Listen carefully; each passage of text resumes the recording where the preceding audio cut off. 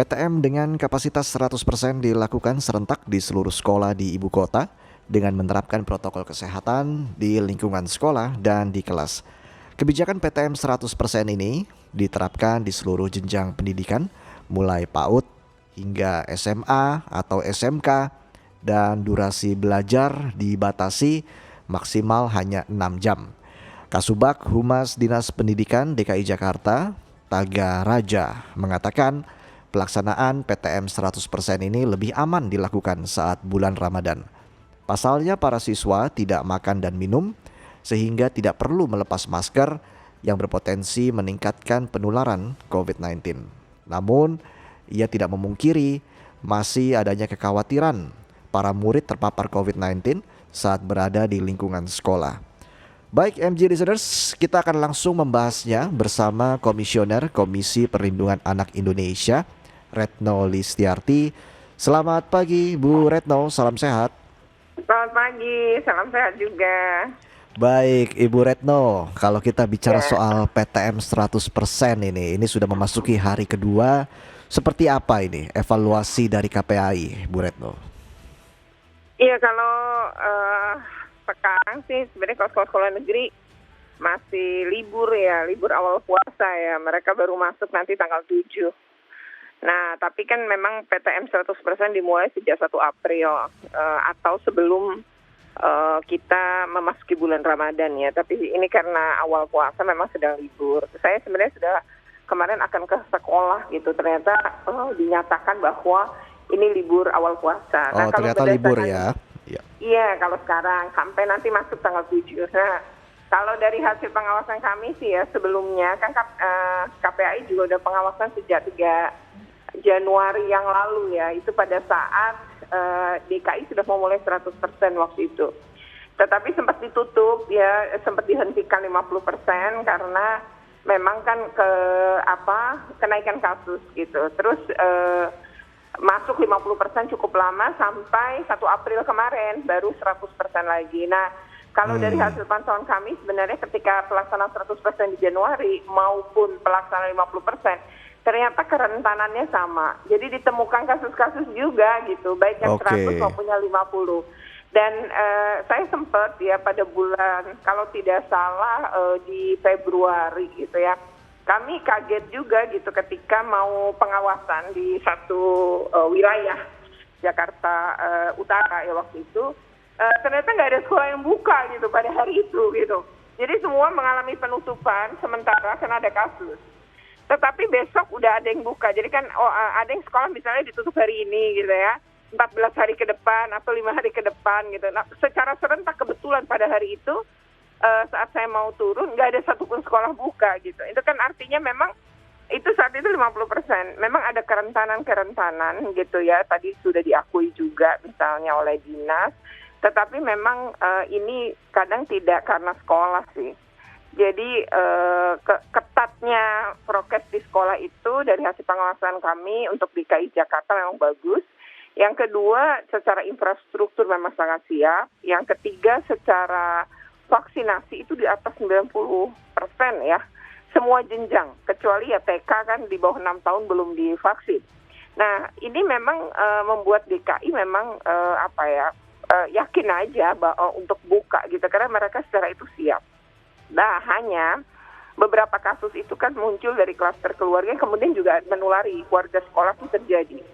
Jadi bahkan ada kami temukan di Jakarta Timur itu adiknya SD gitu ya, di daerah Pulau Gadung itu positif. Nah, kemudian ada sekolah lagi SMK itu juga ditutup sementara. Nah, itu ternyata kakak kandung si anak SD ini gitu. Jadi kan sekeluarga ya. Jadi sekeluarga tapi mereka sekolahnya beda-beda. Nah, sekolah-sekolah yang dalam keluarga ini ya otomatis mengalami penutupan sementara gitu. Itu yang misalnya dari hasil pengawasan kami ya. Tapi kalau secara kesiapan memang DKI jauh lebih siap. Nah, kami melihat ada sekolah-sekolah di DKI yang saya datangi juga, itu kelasnya kecil. Maksud kelas kecil itu gini, ukuran kelas yang semestinya berdasarkan standarnya Permendikbud sekarang kan 9 kali 8 meter. Nah, kelas ini hanya 8 kali 7. Jadi memang kecil. Oke. Nah, ketika jumlah orangnya banyak, nah sulit jaga jarak memang kalau 100%. Lalu ada lagi sekolah gedung tua, itu cagar budaya, yaitu di sekolahnya Obama dulu ya, SDN Negeri Menteng 01. Iya. Sekolah itu kan nggak bisa diubah karena cagar budaya, kelas-kelasnya Betul. kecil-kecil gitu ya. Bahkan tidak 7 kali 8, kurang dari itu mereka. Nah, itu jumlah muridnya sama dengan sekolah yang luasnya sebagaimana standar Kemendikbud, gedung-gedung baru gitu. Jadi ya sulit banget jaga jaraknya gitu. Emang ada yang kayak gitu. Nah, ini harus dipikirkan sebenarnya ketika menetapkan 100%. Lalu yang berikutnya lagi penumpukan pada saat penjemputan terutama di SD. Itu kami menemui pada saat pengawasan. Penumpukan itu terjadi karena tadi ya, sekolah sebenarnya udah bagus tuh.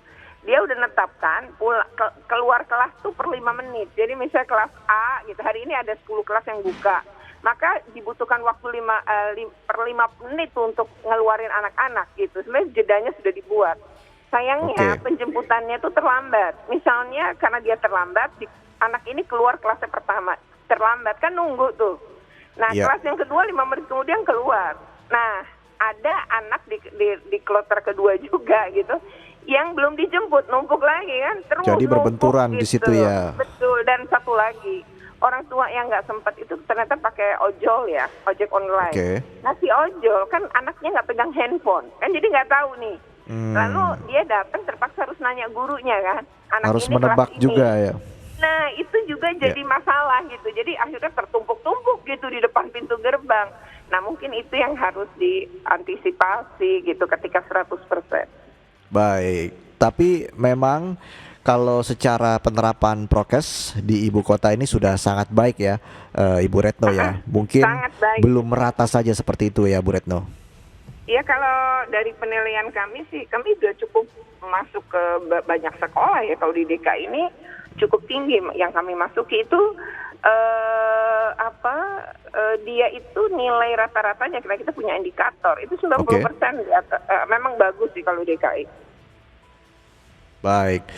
Lalu bagaimana sebenarnya agar prokes penerapan prokes di sekolah-sekolah di ibu kota DKI Jakarta ini bisa diikuti dengan wilayah lainnya, Ibu Retno? Karena kan kita tahu juga di sejumlah wilayah lainnya di Indonesia mungkin dari segi fasilitas ataupun dari segi sarana mungkin tidak sama dengan sekolah-sekolah yang ada di ibu kota DKI Jakarta. Bagaimana agar sekolah-sekolah di daerah itu juga memiliki prokes yang ketat seperti penilaian yang baik tadi dari KPAI untuk sekolah-sekolah di ibu kota DKI?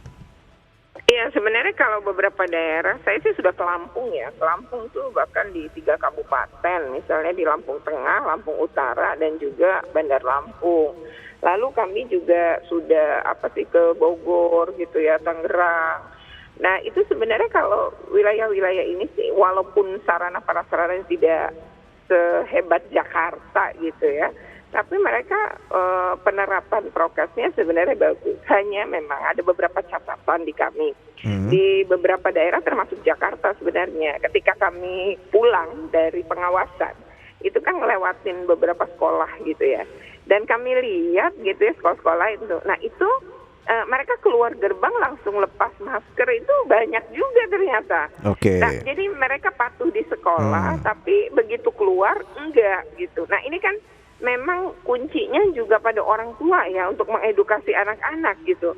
Jadi kalau orang tuanya edukasinya bagus, anak-anak itu juga taat. Walau di luar, walau dimanapun nggak ada gurunya, mereka tetap patuh gitu. Bahkan ada beberapa anak waktu mau di swab gitu ya, mereka juga enggan membuka masker gitu. Padahal kan nggak bisa kalau nggak buka masker. Waktu itu di tracing ya dan testing gitu. Jadi ini menunjukkan emang anak-anak itu patuh banget gitu terhadap orang tuanya gitu. Jadi anak SD yang di testing mau di tracing tuh dia bilang nggak boleh buka masker kata mama gitu. Jadi dia nggak mau buka masker juga padahal mau di testing dan tracing tadi gitu ya. Jadi ini sebenarnya orang tua loh punya peran banget ya yang penting, terus guru-guru juga.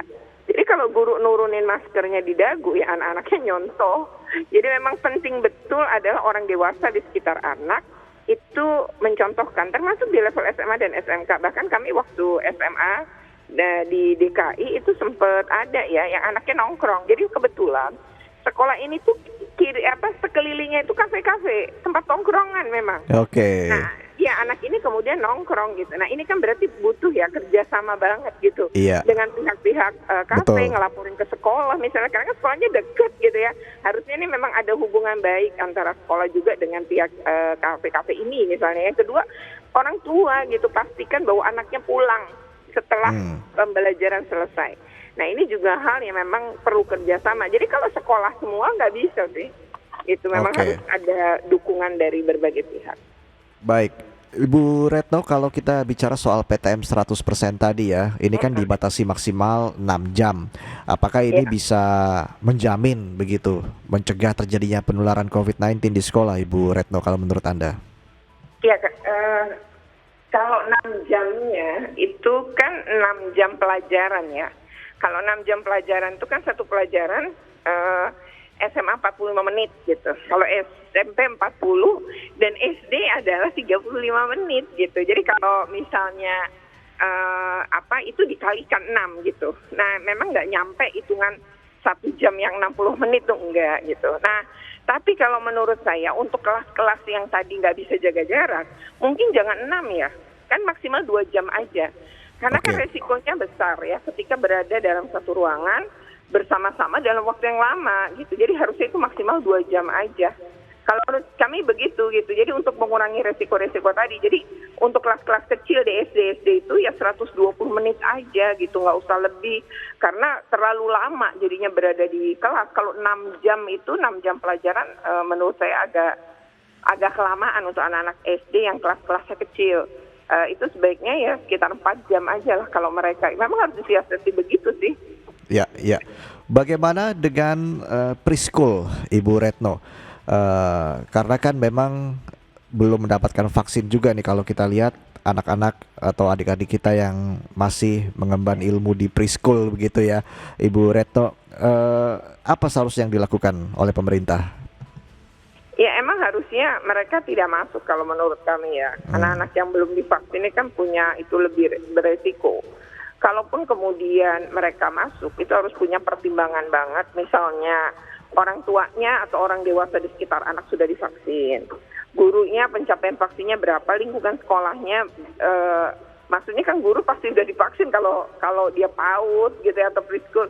Nah ini berarti pastikan lingkungan anak-anak ini dalam kondisi sudah divaksin sekelilingnya. Mungkin itu harus jadi pertimbangan gitu ya, kalaupun akan memasukkan. Kemudian jangan 100% ya saya rasa anak-anak ini. Oke. Gitu. Jadi harus mempertimbangkan itu. Dan satu lagi, PTM 100% itu menurut saya, meskipun tadi misalnya keterangannya Humasnya DKI mengatakan bahwa ya lebih aman karena nggak ada makan dan minum gitu, itu kan berpikir semuanya beragama Islam kan. Dan tidak semuanya beragama Islam dan nggak semuanya puasa. Yang Islam aja belum tentu puasa gitu, mungkin karena dia misalnya SMA dia menstruasi dan lain, kan nggak puasa juga gitu. Nah artinya itu hal yang pasti bagaimanapun ya seaman-amannya ya tetap harus inilah ya mempertimbangkan banyak hal, termasuk menurut saya adalah kalau terjadi kenaikan kasus misalnya setelah libur Lebaran nih. Jadi kalau misalnya Lebaran harus ditunggu 2 minggu sebenarnya untuk memasukkan anak-anak ini gitu ya. Jadi kalau Melakukan isolasi mandiri begitu ya, Bu? Betul, karena kan pergerakan orang diperkirakan sekitar 80 juta ya. Saya rasa ini kan hal yang dahsyat gitu, yang mengerikan juga gitu kalau kita tidak memperhitungkan itu. Jadi nanti ya jangan langsung masuk gitu. Jadi harus ditunggu aja coba 14 hari kasus kayak gimana. Nah lalu pertimbangan setelah itu 100% atau tidak akan kelihatan dari positivity rate di daerah itu. Betul. Itu sih saran kami. Baik, terima kasih Ibu Retno Listiarti, Komisioner Komisi Perlindungan Anak Indonesia, atas penjelasannya.